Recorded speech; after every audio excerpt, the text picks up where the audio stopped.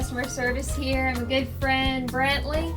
So one question that we get all the time is, hey, I only received one of my dumbbells. I thought I got a pair. Or hey, I only got part of my shipment. What's up with that? Trust us, we're asking ourselves the same question sometimes. But the great thing is, we package our weights separate usually due to, well, their weight. They're pretty heavy, right? Yes!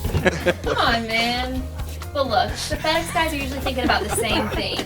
So we do package them separately for their convenience, but don't worry, they are on the way. They're usually spread across a few days if this does happen.